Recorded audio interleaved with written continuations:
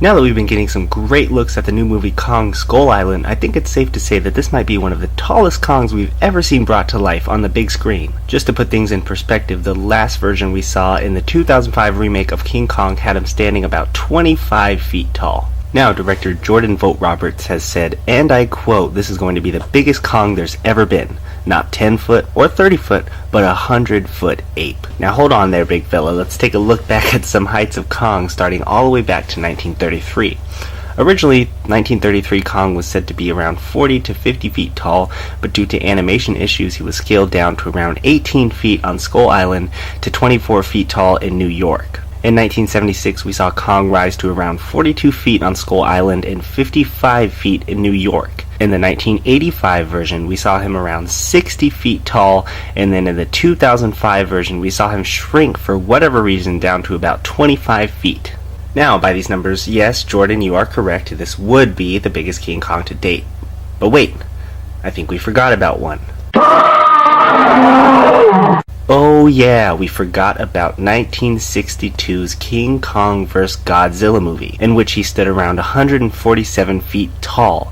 Now that was the biggest ever on-screen adaptation for the big ape. However, regardless of how you want to take a look at the numbers, King Kong still pales in comparison to his friend from across the ocean. In 2014, Godzilla was brought back to the big screen in a big way, coming in at about 355 feet. He was the biggest, bulkiest, most epic version of the nuclear lizard that I've ever seen, much to the dismay of original Japanese fans who tore down this depiction for being too bulky and fat, and who have since made a taller version of Godzilla, coming in around 387 feet and fresh out of a 2-year gym membership, being the most slim and muscular version of Godzilla that we've seen in a while. Now again, if you're like me and you love seeing giant fighting monsters come together on the big screen, then you already know about the planned Godzilla vs. King Kong movie in 2020, and to be honest, that has to be in your top 5 list for most anticipated movie in 2020. I personally can't wait, but I see one big problem that we might have here.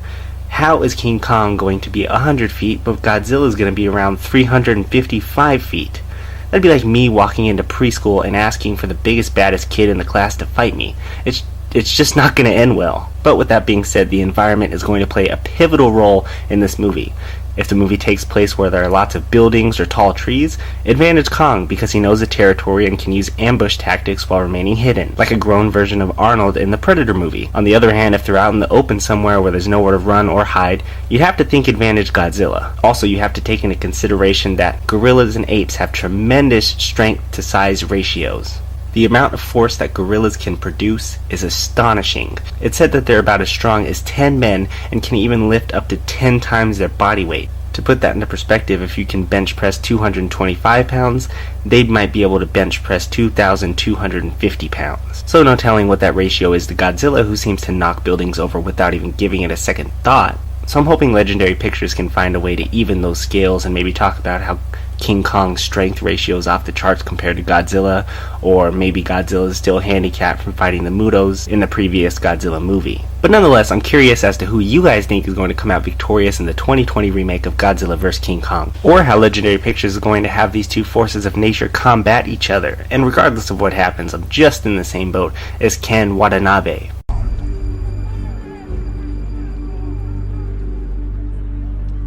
Let them fight. So guys, as always, if you enjoyed this video, be sure to like, comment, and subscribe for more videos every week. Thanks again for watching, and I hope you all have a wonderful day.